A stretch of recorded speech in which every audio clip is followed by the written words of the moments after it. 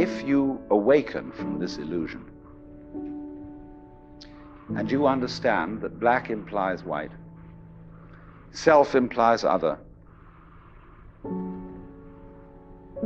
life implies death, or shall I say, death implies life,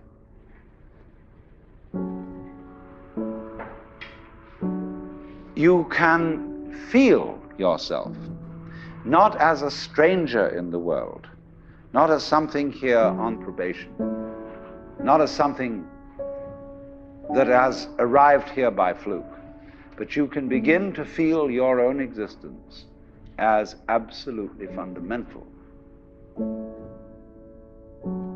I'm not trying to sell you on this idea in the sense of converting you to it. I want you to play with it. I want you to think of its possibilities.